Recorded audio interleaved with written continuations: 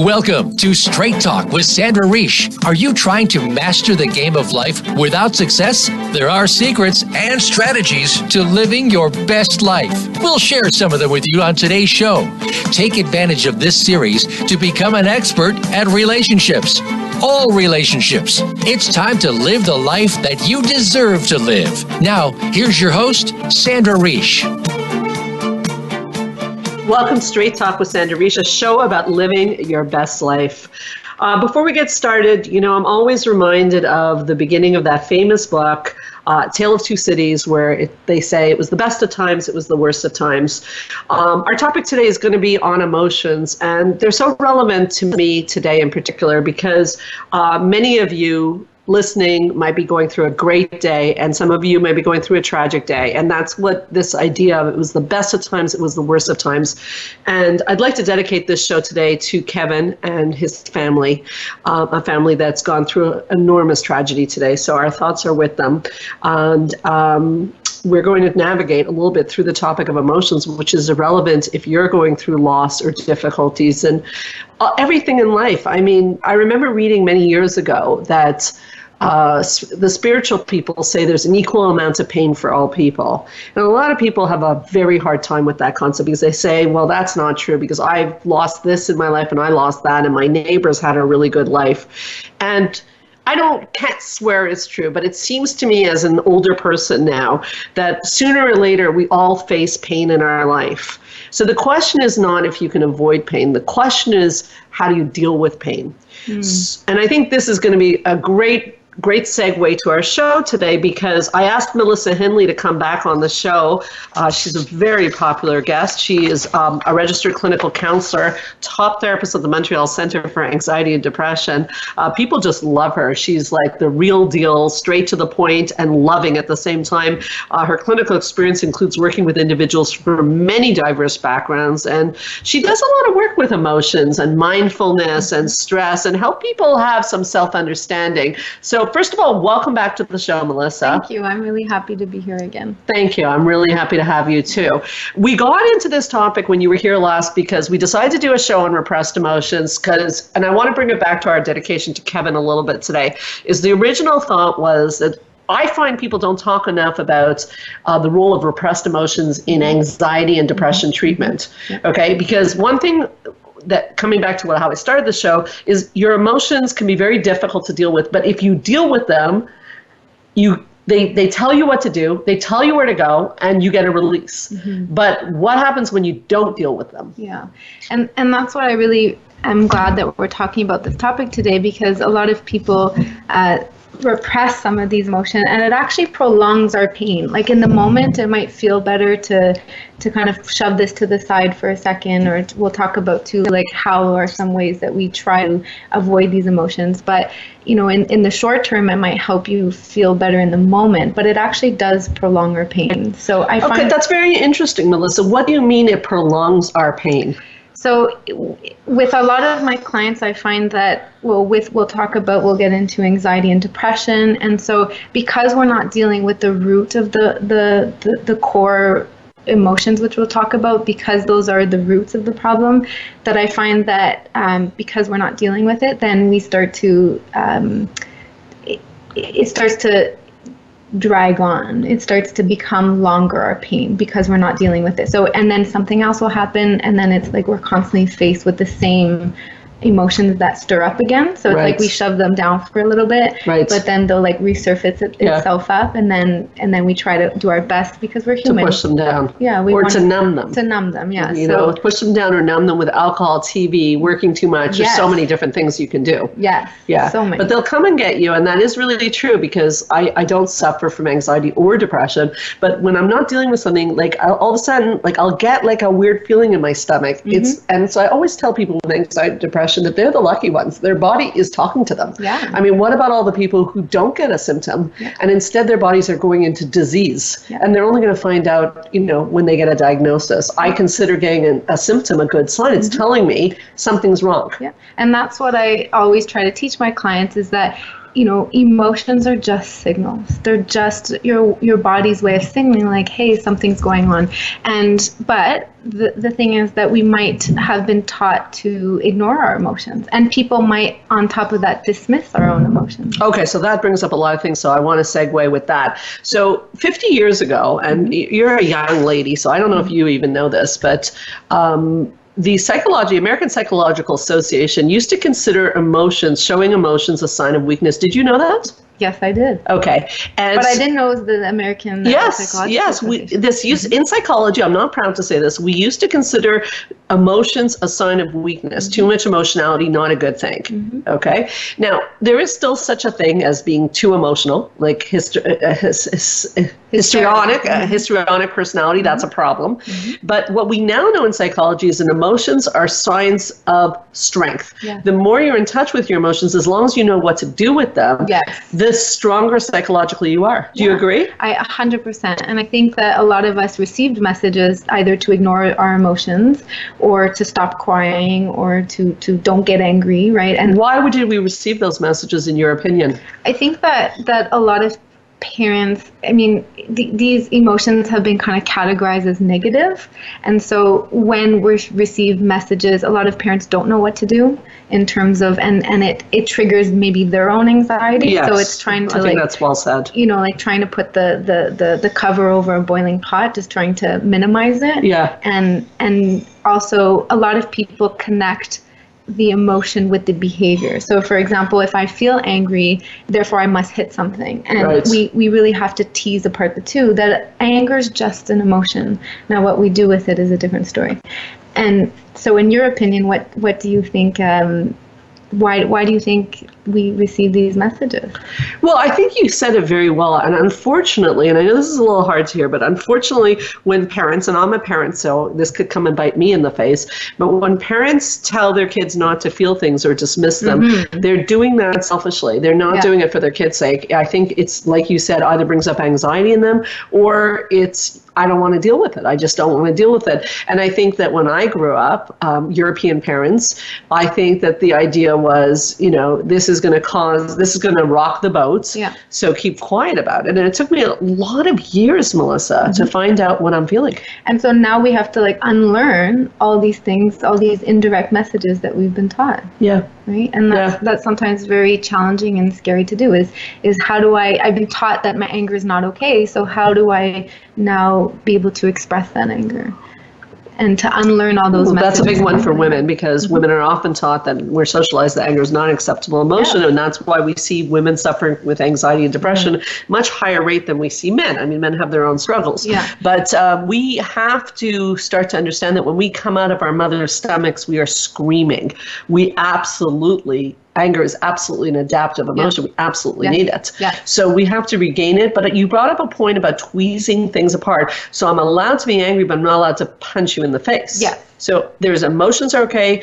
It's regulating your emotions, though, is part of the skill. So my kids are allowed to be angry at me, but they're not allowed to swear at me. Yes. And so that's where we encourage to try and use your words, because it's just an emotion. Right. Right. And when you use your words and try to express yourself, we won't get these messages that my anger is bad, and I won't feel the need to act out because I'm not being heard. Right. So I think in terms of parenting, let's break it down with an example, because this happens a lot to parents. So your kid gets angry that, my son will say, you're not serving the supper I wanted tonight. Yep. So knee-jerk response would be like, you spoiled kid, we make all sorts of meals around here. Yeah. But what we have, the tweezing apart, is that he's allowed to be angry, but I don't change anything. No. So I understand you're frustrated that we're having the same supper again. Yep. You just validate the emotion, but you don't change the supper, because a lot of the parents I work with will then change the supper. Yeah, and that's not okay. No, because then the child learns that I can, there's no boundaries. Right. There's no consequences, and that the child makes the rules, not the parent. But he's allowed to be angry at me, even if it's about something quote unquote ridiculous. Yeah, because it's just an emotion. Right. Good. Right. It's just an emotion. Okay. And so I think I loved how you said that, to validate it,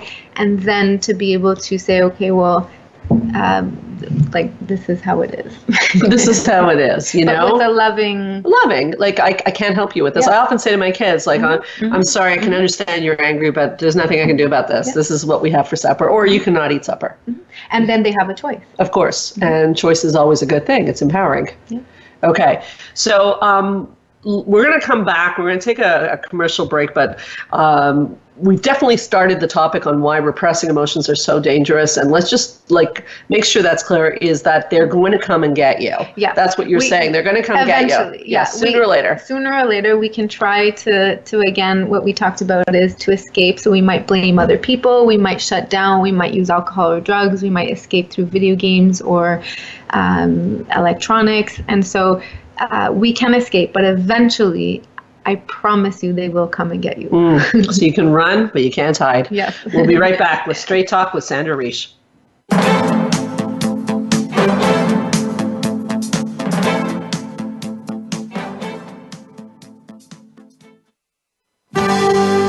Your life, your health, your network. You're listening to Voice America Health and Wellness.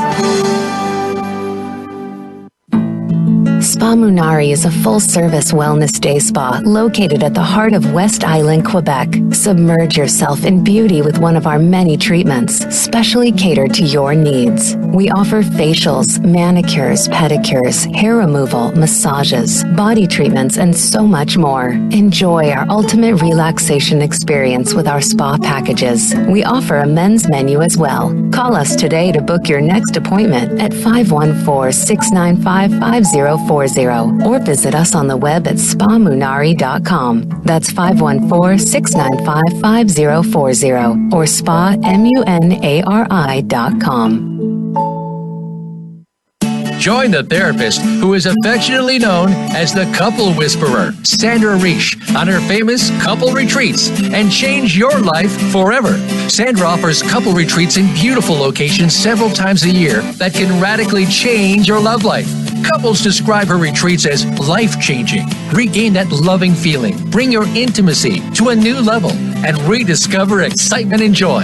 Find out more at helpforanxietydepression.com or call 514-796-4357. We all want love and safety. Now you can have it. Call 514-796-4357 or helpforanxietydepression.com.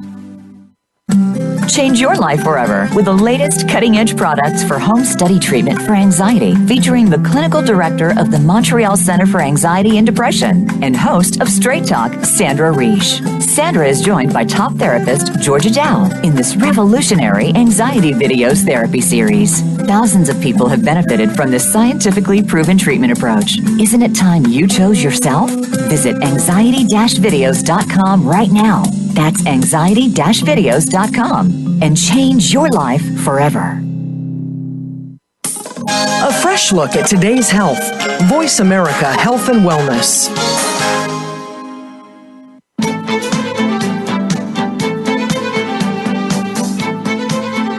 You are listening to Straight Talk with Sandra Reish. To connect with the program today, please call 1-866-472-5792. Again, that's 1-866-472-5792. You may also send an email to info@helpforanxietydepression.com. Now, back to Straight Talk.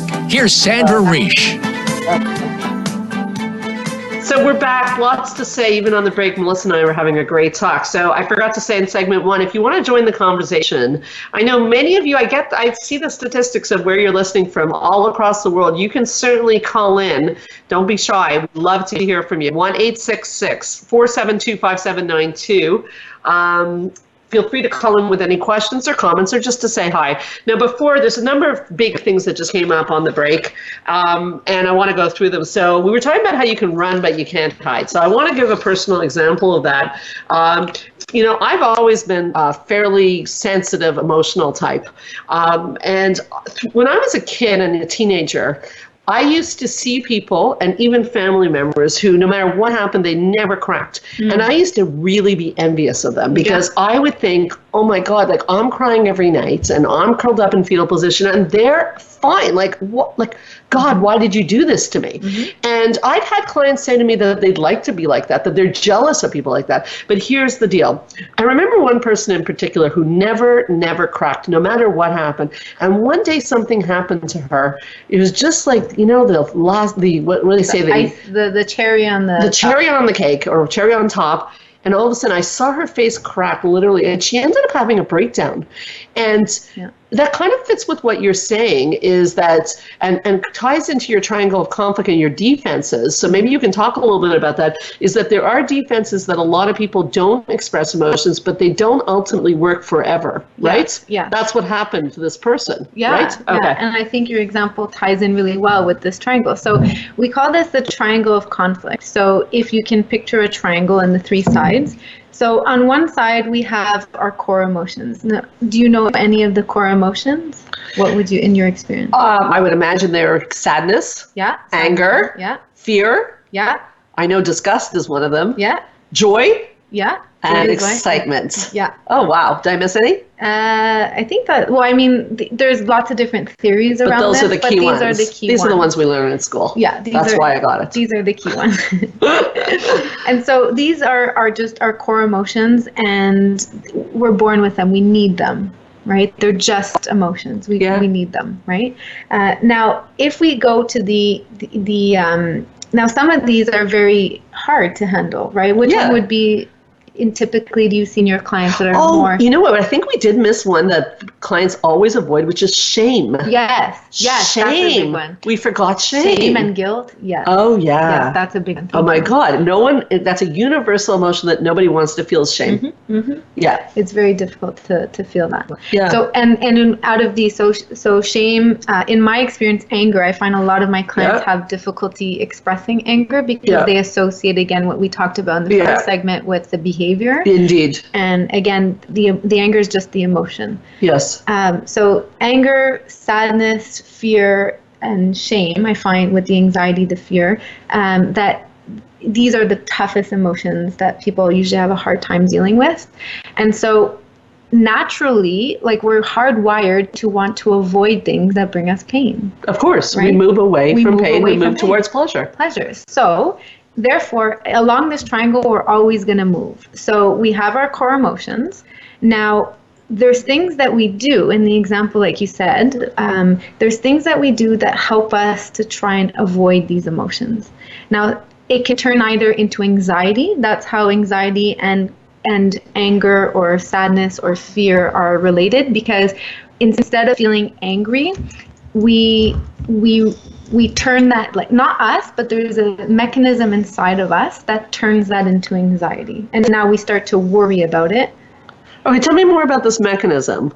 So these are defenses. These are things that we use to avoid the pain. Okay, so just to review, if I don't want to feel anger, for example, I need a defense mechanism. Yes. Like what? So one defense mechanism could be to minimize, right? So it's no big deal. Yeah, it's no big deal, right? So don't just make like a fuss. In your story, maybe the person tried to minimize. All the events in their lives, right? Yeah. So minimize, maybe intellectualize. Intellectualize is a big one. I see in clients a lot. Like they say, like, well, other people have it worse. Yeah. Yeah. And then they tell, well, I shouldn't complain or I shouldn't feel angry because either other people have it worse or that, I shouldn't. Not that bad. Yeah, it's not that bad. Yeah. I shouldn't feel this way. I see that in marriages, by the way, sadly, a lot. Yeah. Okay. Do you know any other defenses that you see in your clients of what to avoid the emotion? Well, again, keep real busy. Keep real busy. Keep running. Yes. That's why when people tell me I'm so busy, I don't have a minute.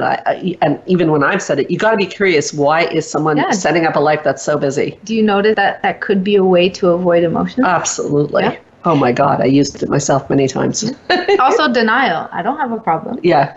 She's the problem. Right. He's the problem. Right. Right. Do you see that in your couples? I do. Mm-hmm. I do. And I feel like that it so messes up couples because it's overly simplistic. Yes. And it doesn't solve the problem. No. It's too easy. You're the problem, not me. Yeah. Too easy. And also running away is too easy. Yep. And shutting down and being avoidant is the other way. That's another one. I don't feel anything. Yeah. Yeah. That I don't feel anything. I don't want to feel anything because I'd rather live a life. This amazes me. Many clients, this is their theme song. I'd rather live a life of no emotions at all than live a life of color, which is the good emotions with the bad emotions. That's a big decision to make. It's huge. Okay, because that's living in black and white. Yeah. So you don't get the negative emotions, but you also don't get the positive ones. Yeah. Yeah.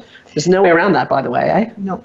So we see, and then so we have the anxiety, we have our core emotions, and we have the defenses that we use. Mm-hmm. They might have protected us in our past. Mm-hmm. We might have needed them for if we had some really tragic event or anything very stressful that we went through that we needed. Oh, that's a good point. The defenses get developed to protect us in childhood. They're protected. But they're not good in adulthood. Yeah, is it still earning its keep? I like that. That's very Sandra's, earning its keep. I love that line. I like it. That is it still doing what it's doing? I like that. Cute. Yeah. Yeah, so is it earning its keep? Is it worthwhile? Is it worthwhile? Because again, it helps us feel better in the moment, but we're prolonging our pain, meaning we're just dragging it on, and it will delay it, and it will pop up. It's going to come get you. Okay, yes. So that's the triangle. So we can move around it, right? So we can either feel anxious, we can feel one of our defenses to protect us, or we can feel our emotions. Okay, so I want to really review this because we have a piece of paper in front of us where we can see the triangle, but not everyone can see that. Yeah. So at the top of the triangle is Anxiety. Anxiety. I'm not going to feel my emotions. I'm going to get a symptom. Yes. Okay. Or at the next level, the next corner, are my defenses are going to be so strong, no symptom of anxiety, but I'm going to have to use a defense mechanism. Or the third quadrant, I guess, I don't know if that's called a quadrant, but anyways, the third point, or I feel my emotions. Yes. But I don't like to feel my emotions. They feel bad. I don't want to cry.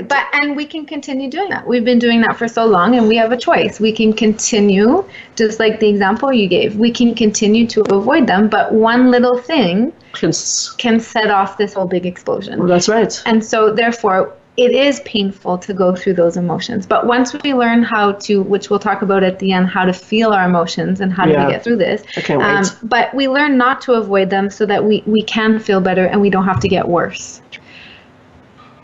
So in your experience, why do you think why else do you think it leads to anxiety, this repressed anger or emotions, or repressed sadness? Well, what we know about anger is that anger works on the same system in your body as anxiety, your sympathetic nervous system. Yeah. So actually you cannot be angry and anxious at the same time. It feels like you could be, but you can't. Yes. So therefore, it's, to me, the core of my practice has often been to look for what is bothering the person. Because if you get in touch with the anger, then the person gets in touch with it, the anxiety will reduce. So it's a very big factor to know what's bothering them. Now, my favorite is a client that says, my favorite cases, I don't know about you, is where someone says, I don't get angry. I have nothing to be angry about. I go, as a therapist, we go ding, ding, ding. Yeah. Okay. It's like when people say I had a perfect childhood, the same response. So the thing is that doesn't make sense because there's a lot in this world to be angry about. Yeah. Life is filled with injustices. People die. Terrible things happen. People sometimes are disrespectful to you. So how is it that you would never be angry? Yeah. I don't get that. Yeah.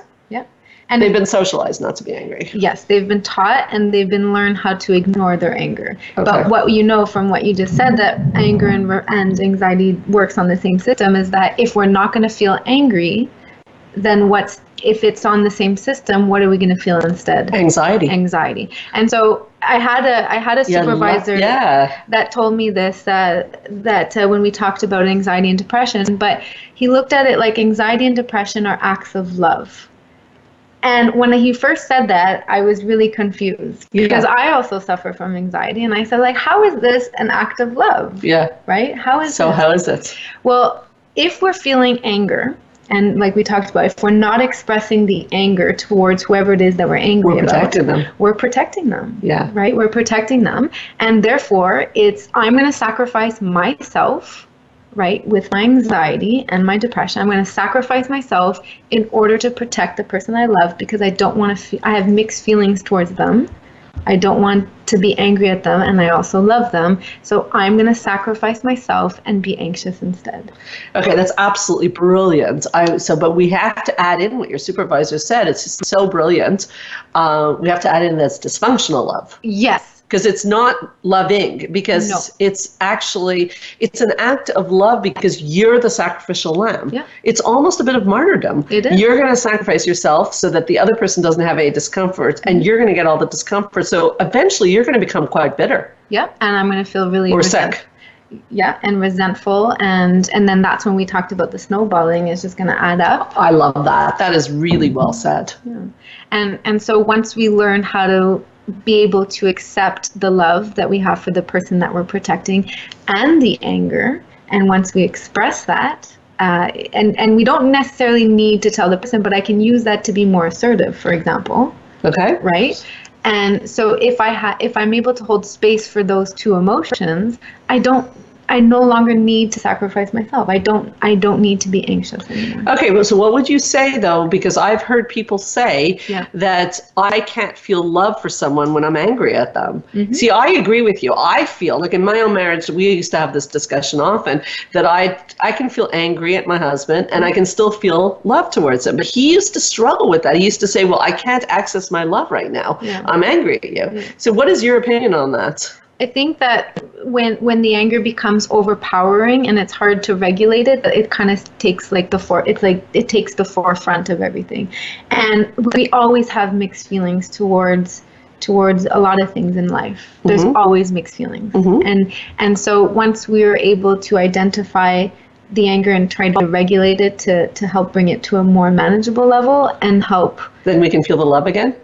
Yeah, and maybe sometimes if there could be caring, maybe it's not love like you still want to, but caring feeling. Okay, so I think that we're going to take a break, but I think you bring up a very important point for people listening, which is this is one of the reasons that when a fight happens in a relationship, is if it's so overwhelming anger, like you just talked about it, and Dr. Gottman would call it flooding, okay, is that a person cannot access anything but fight or flight at that moment. That's the real answer, and that is what you're saying. Yep. So you need to take a break to access the caring, but you can still feel angry at someone and feel caring towards them, but not when you're flooded. No.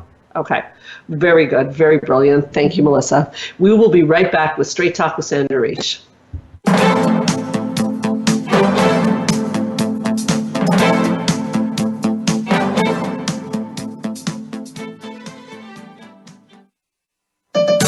Your life, your health, your network.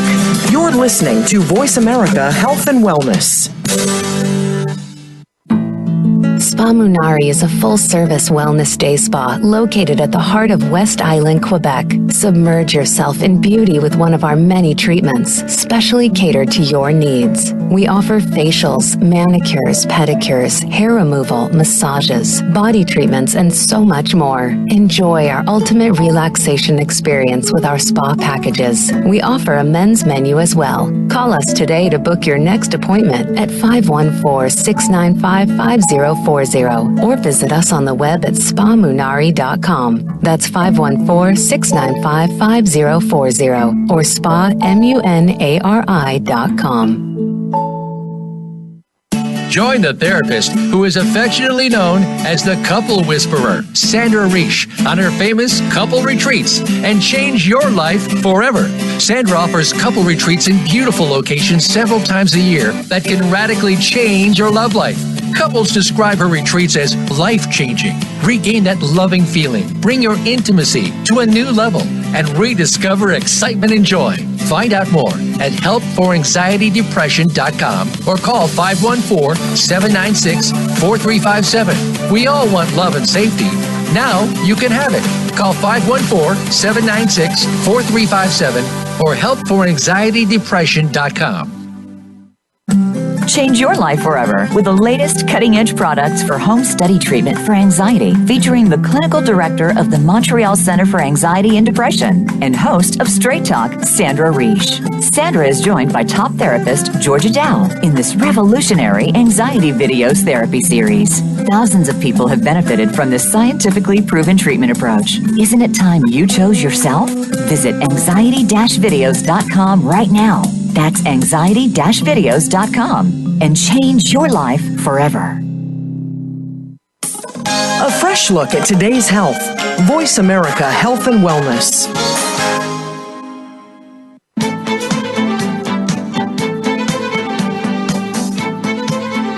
You are listening to Straight Talk with Sandra Reish. To connect with the program today, please call 1-866-472-5792. Again, that's 1-866-472-5792. You may also send an email to info@helpforanxietydepression.com. Now, back to Straight Talk. Here's Sandra Reish. So we're back talking about emotions, and it's such an interesting topic because what I want to get into now is emotions being your guidance system. I think that's really important, that emotions actually, to me, drive the car. I teach my clients that the more you can know your emotions, the more you know where you need to go. I can't know that I need to go eat unless I feel hungry. Yeah. I can't know that I need to have a talk with you unless I feel anger. I need to feel those emotions. And the problem is someone like myself who grew up with a very, what was the word used, intellectualizing parents, is for a long time, and this is a funny story and it's true, and I tell it at all my retreats, is for a long time, and even to this day, if someone says, where do you want to go eat? I don't know where I want to go eat. I know where you want to go eat. Okay. And I'm really good at reading you. Yeah. So now it's really a joke in my marriage because when I go eat, my husband says, where do you want to go eat? He knows I need to take about 10 minutes alone and picture myself eating the food before I know. So I have to wonder in my childhood, and I don't, nothing horrible happened, but I don't think that voice inside of me was encouraged. What was encouraged was to be very accommodating to other people. And to pick up on what would Cues. Pick up on cues to what would please your parents. That's right. So even when I go into the room, into the darkness and try to imagine what I want to eat, what image comes to my head first is what would my husband want to eat? I'm like, oh, but he hasn't had sushi in a long time. I'm like, Sandra, no. What about you? Like, let's get personal. I've given a few personal examples. Are you good with emotions? I had to learn how to be because, like I said, we had to undo a lot what we were taught. So I'm in my own process too of learning how. I think anger is one of my most difficult emotions for me to regulate. Do you know when you're feeling an emotion? My signal is anxiety. So as soon as I start to feel anxious, I ask myself, okay, like I acknowledge the anxiety, but I say, okay, what's underneath the anxiety? Because remember we talked about the triangle. There's anxiety, but there's always an emotion underneath the anxiety. So and then what do you do? So then give us an example of when you felt anxious. This is so interesting. Yeah. You found the emotion underneath, and then what did you do? Give a personal example because this will change someone's life. She's on the spot. Yeah. Well, when's the last time you felt an anxiety response? You became curious about it, and then found out something. That's a good question. Well, you can think about it. I'll give you a moment, but I think that is what we're looking for here is representative of many people. Yeah. They feel an anxiety response. They get curious. They go, okay, what's going on right now? And they find out there's someone they're angry at. Yes. Or there's someone that they're sad about. Are there situations where you have found out that you are angry, but it was manifesting as an anxiety? Yeah, I think the last time, when I talked about mixed feelings, there's a lot of mixed feelings that I have towards a parent. And I think that when I start to feel anxious or worried about their health, it manifests in that way. But really when I try to look underneath and say, okay, why right now am I feeling anxious? And I usually find that there's some resentment underneath. Oh, that's very honest. Yeah, that there's some anger. Okay, and then what do you do? So first I label it. I always say you can't fix a roof that's leaking if you don't know it's leaking. I love that. So we need to be able to first That's identify. very Dr. Phil of you. I love that. But it's true. Like how we always expect to change the emotion or to change the situation, but we don't know what we're working with. We don't have all the pieces. So what is that again? You can't fix a roof if it's leaking if you don't know it's leaking. Yeah. Okay. Yeah. So first we need to know it's leaking. We need to know what the emotion is. Okay. And again, remember we talked about the defenses. We become very good at avoiding the core emotion. Right. So this is very challenging because our emotions will try, or our mechanism will try as much as it can to avoid the emotion. So it will try to cover it. It's trying to cover it with anxiety, with denial, with intellectualizing, maybe even with sadness. Sometimes sadness covers anger. Oh, right. Yeah. Yeah. And the other way around sometimes too. Yeah. Yeah. And so so I first label it. Mm-hmm. Now, then I really try to feel it to the fullest. So what I do is I try to label it. Our body, every emotion creates a physiological response. Okay. Now, it's really important, like I find, to really go into trying to find where I feel it physiologically, because once I do that, I'm not running away from it. Okay, I'm really paying attention to myself. I'm trying to understand myself at the deepest level. So you're checking where in your body you feel it? Yeah. Okay. Yeah. Where do you usually feel it? Usually anger, I feel it in my fists. Okay. And I feel like my face getting hot. I feel like a heat wave. How do you feel anger? You know, it's really funny. I think that I'm probably so uncomfortable with anger that I first feel butterflies in my stomach. Yeah, and I feel like I can't breathe. And those are great signs, because that tells you it's anxiety. Yeah. And it's just telling you that, again, you're sacrificing yourself in order to protect the anger. Yes. So if we don't protect the person, where would you feel the anger? Well, so what happens is I get the butterflies and I can't breathe, and then I do I don't label it, but I realize something's up, and usually a boundary's been crossed. So then I have to identify it, and then there's another step for me, because I could at that point be reactive, and I don't want to be reactive. So I could suddenly realize that someone's done me wrong and fly into your office and say, Melissa, that was very wrong what you did yesterday at the radio show. And I could say something that would not be good. So I also, once I realize I'm upset, I go, okay, Sandra, we're going to have a talk with Melissa. Let's think about what just happened and how we're going to have that talk. And then it dissipates, because I know I'm going to talk to you about it, but I need to know that I'm going to address it. Yeah. So I don't let the voice come in and says, you're being too sensitive. This is ridiculous. Melissa might not like it. I say, this bothers me, I need to talk about it. And then I start to frame how I could talk to you about it, and the physiological response disappears at that point for me. Yeah, perfect. And so that's how I deal with it too. Another way, if you don't feel like it's appropriate, or you can't at this point talk to the person or tell them that the boundary is crossed, we can always, I love fantasy. I love imagination. So you use a fantasy to imagine telling the person? Yep. Oh, wow. Tell us more. So I try to visualize myself, what I would say, how I would say it, what would be my tone of voice, what are my words, and I really try to picture it. A lot of athletes use this. It's visualization before they go into their sports game, go Habs. But a lot of people use this beforehand, because it actually practices the same neurons as if you're actually doing it. So the more I rehearse it. Yeah, the brain believes the rehearsal. Yeah. So the more I rehearse, if anger is something that I'm uncomfortable with, which I am. So for me to tell the person right away, it's great to say, okay, next time I'm going to tell them that to not to do this. But then when the situation comes time, I never do it. Right. Right. So if I try to visualize it first and fantasize about it, I can even go a step further and fantasize what I would like to do. Oh yeah. What not by all means doing it, but what I would like to do to the person.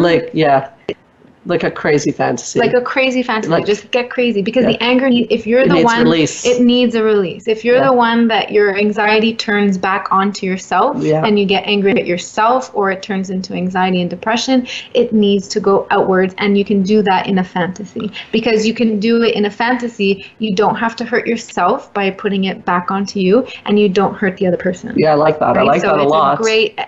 Emotions need to be expressed. Yeah, so people could do a fantasy, people could write a letter and not send it. Yeah. It's very therapeutic. Yeah, now that leads into a question actually that I think is important to ask, because if I did have an issue with you, Melissa, I feel very confident that I could come talk to you and you'd hear me and we'd resolve it. You're a therapist. Our relationship is a healthy relationship. And luckily, most of the people in my life, not all, okay, but family members, for example, or people who don't believe in this, and you tell them, look, this is bothering me, and they say, well, you're just too sensitive, and they walk off. Now you're stuck again with the anger. What do you say about that? What do you say to your clients when they tell you that? Because I say, know your audience. I won't tell my anger to someone who I know is not going to receive it, because that's probably going to make me even angrier. But I may question the whole relationship, because I personally believe that a relationship that can't survive a conflict is not a relationship. Yeah. Meaning if we had a fight and you were like, okay, I'm out of here, that's a problem. Yep. And I agree. But also it would always be better to try and resolve it. That's how conflict resolution works, and then we can grow from there. But we don't, just to regulate it and to understand it, and for us to use our anger in an appropriate way, we don't necessarily need the other person. Okay. So if we tried and they rejected us, they said you're too sensitive. Like, leave me alone. Leave me alone. Because now the worst part, if we're anxious or depressed, we might believe them. Yeah, that's a problem. Right? We might believe them, or we might escalate the anger until we do something irrational. Right. Right. So I've seen people hold grudges their whole lives. Yeah. That's not healthy, and that's only hurting yourself. Yeah, okay, so what does that person do? So in that sense, like I said, trying to remove ourselves from the situation if we can, but also to try and label it. Again, I'm feeling angry. Where in my body am I feeling this? In my stomach, yeah. In my stomach or in my fist, like I'm feeling angry. And if we just try to learn how to tolerate that feeling without acting on it right away, then we'll be less impulsive. And that way we can talk about the letter, maybe trying to process it through a letter, because it needs to come out. It needs to come out. And if the person won't accept it, we need to find another way to allow that expression of anger to come out. It brings up a really good point for me. It's very well explained, Melissa, is the empty chair. You might want to work with a practitioner. You can't do this on your own, but with a good therapist, an empty chair technique where you get to say all the things you wanted to say to the person. You even get if it's done properly, the person can respond to you and validate you. And amazingly, I've had client after client feel like something just shifted in their brain. Like it was almost as if it happened. Even when they're acting out something the person would never ever say, like they'd never be that nice.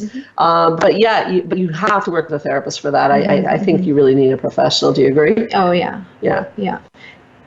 Go ahead. You had a thought? That I actually did it today. You did an empty chair? Yeah. Okay. And it was really useful to get out their anger and their critical self and their anger that they had towards themselves, and to be able to play it out where we can kind of see it more tangibly versus just being an internal. Turning it in.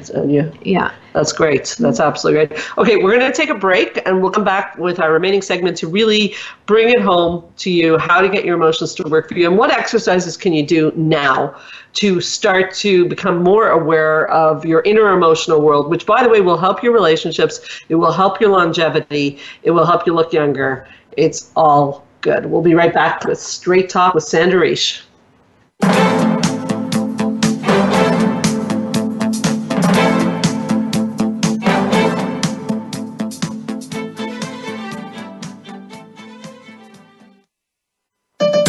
Your life, your health, your network. You're listening to Voice America Health and Wellness.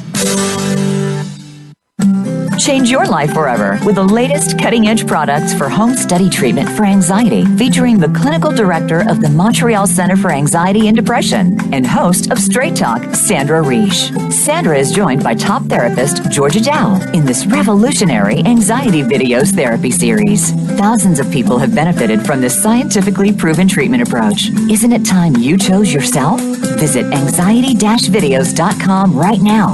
That's anxiety-videos.com and change your life forever. Spa Munari is a full-service wellness day spa located at the heart of West Island, Quebec. Submerge yourself in beauty with one of our many treatments, specially catered to your needs. We offer facials, manicures, pedicures, hair removal, massages, body treatments, and so much more. Enjoy our ultimate relaxation experience with our spa packages. We offer a men's menu as well. Call us today to book your next appointment at 514-695-5040 or visit us on the web at spamunari.com. That's 514-695-5040 or spamunari.com. Join the therapist who is affectionately known as the Couple Whisperer, Sandra Reish, on her famous couple retreats, and change your life forever. Sandra offers couple retreats in beautiful locations several times a year that can radically change your love life. Couples describe her retreats as life-changing. Regain that loving feeling, bring your intimacy to a new level, and rediscover excitement and joy. Find out more at helpforanxietydepression.com or call 514-796-4357. We all want love and safety. Now you can have it. Call 514-796-4357 or helpforanxietydepression.com. Your life, your health, your network. This is Voice America Health and Wellness.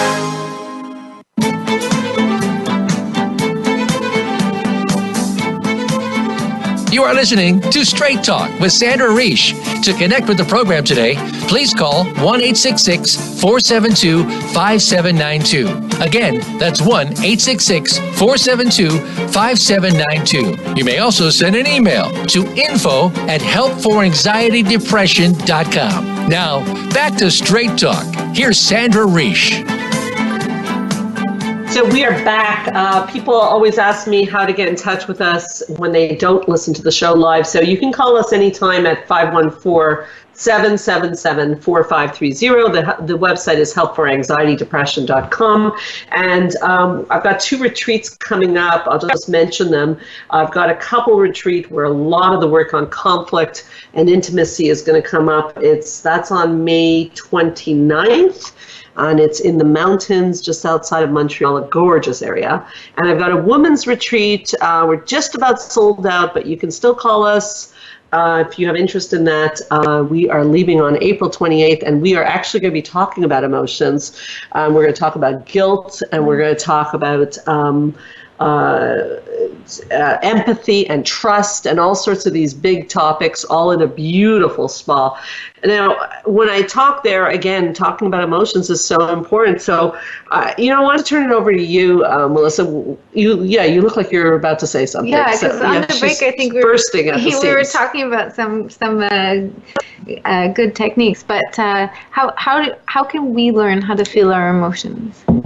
Well, I think it's really a process, and I think it's baby steps. I gave the example of the food situation for me. I mean, I've been on this earth a number of years, and I still don't know what I want to eat. It's quite amazingly embarrassing. Mm-hmm. This is what I did to heal myself, and it's my number one strategy. I teach it to my therapist, and I find it really works. So I'll tell you mine, and then perhaps you can tell one of your best strategies. Mm-hmm. What I do is, again, I was brought up very cognitive, meaning I was in my head. A lot of people are very much in their head. Mm-hmm. And I started to learn about how I feel by asking myself throughout the day this question: what am I feeling right now, and what do I need? So that's, at first, I would be like, blank, what do I feel? What do you mean? And my clients say that too. What do you mean, what do I feel? I feel nothing. But we never feel nothing. If you pause right now and you look at what you're feeling, so I feel a little pain. I went to yoga today, a little pain in my upper back, tiny bit hungry. Hunger is an emotion. Okay. Even that I was bad at, knowing if I have to go eat. Okay. So what do I feel? And then follow it up with, what do I need? Okay, so I need to eat something. I might need to book a massage. But you see, that is very foreign to me to check in. Yeah.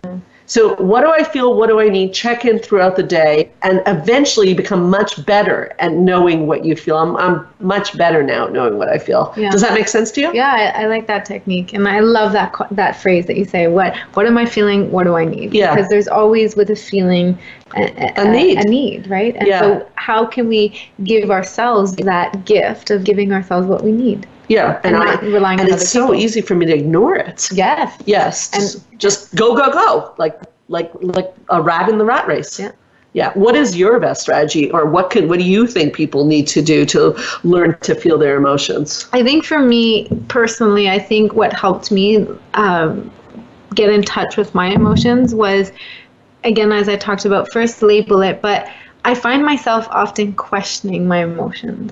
Really? Yeah. That I often tell myself, well, we talked a little bit about this at the beginning, but how I'm not allowed to feel a certain way, or that I shouldn't feel a certain way. And so a lot of people feel that way, like you. Yeah. So I feel that I dismiss, on top of other people maybe dismissing my emotions, I continue to repeat those patterns, and I dismiss myself.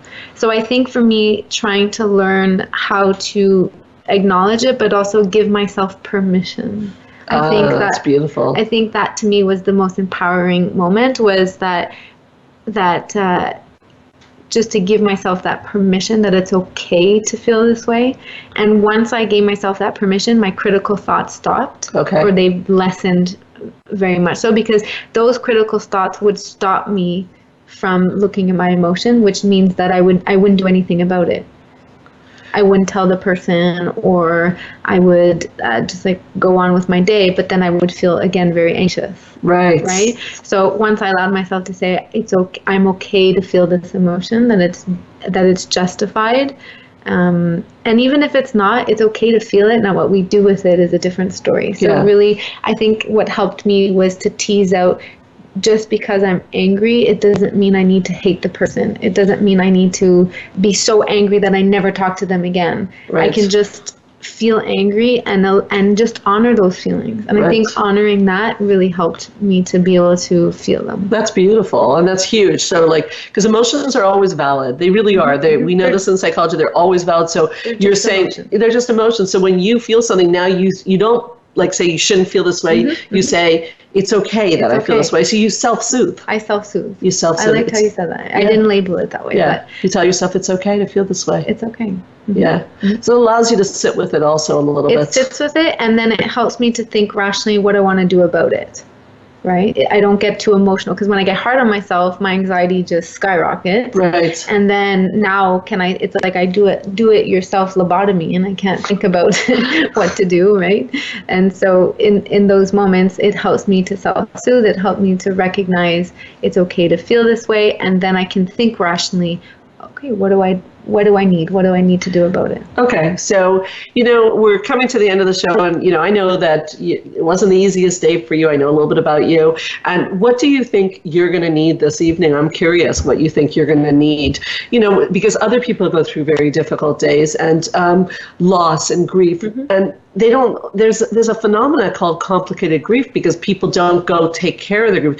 So what do you think you're going to need at the end of the day? I'm doing a little psychotherapy on her. Yes, I think I need to acknowledge my grief and to know that it's valid and it's okay to feel this immense sadness. And because a lot of people would tell me, well, he's not in pain anymore, and trying to justify it, which I understand, but that it's still okay for me to feel this way. And it is okay to feel that way. And I need my friends. Throughout this process, I've learned that my friends are my major support system, and they're all here in Montreal because they're from different provinces. And so tonight I really need to be with them. Okay, so you're bringing up actually some really touching things. That support system is important, and that although you can find meaning in pain, such as that, if someone dies, that they're not in pain anymore, it's important to also honor the emotion that what you feel is what you feel, and you're allowed to feel it. Yeah. I think that's a beautiful, beautiful ending to a show that we're dedicating to Kevin, right? Yeah. I'm saying his name properly. And I want to thank you, Melissa, so much for coming on the show. You've brought so much, and it's such an important topic. So thank you so much for coming on Straight Talk. I'm really happy to be here. Thank you. I'd like to also, of course, thank our listeners. And invite you to come back next week. If you're interested in the retreats, therapy, or anything that was mentioned on the show, and you want the website, it's helpforanxietydepression.com. You can also go on straighttalksandrareach.com, and if you put a / and you write radio gifts, you get a slew of free gifts, no catch at all. So go on straighttalksandrareach.com / radio gifts, get your free gifts. Check out the Facebook page, Straight Talk Sandra Reach as well. Feel free to leave a question for me, Melissa, anyone, and don't forget to like the page while you're there. Just so you know, you can hear this show and any prior show as a podcast on the website, straighttalksandrareach.com, or on the podcast app of your phone, your iPhone, or on iTunes under Straight Talk with Sandra Reach. And if you want to write me an email, drop me a question, or make a suggestion for the show, please write to me at info@helpforanxietydepression.com. Lastly, if you're a professional and you're looking for keynote speakers or training on anxiety, depression, emotional regulation, living a purposeful life, remember that I am your source for evidence-based practice and education. I can't speak today, but other than that, we're all good. My name is Sandra Reach, and I do promise I'll help you learn to live your best life again next Thursday, same time, same channel. In the meanwhile, this is Straight Talk with Sandra Reach, and keep your eyes on the stars.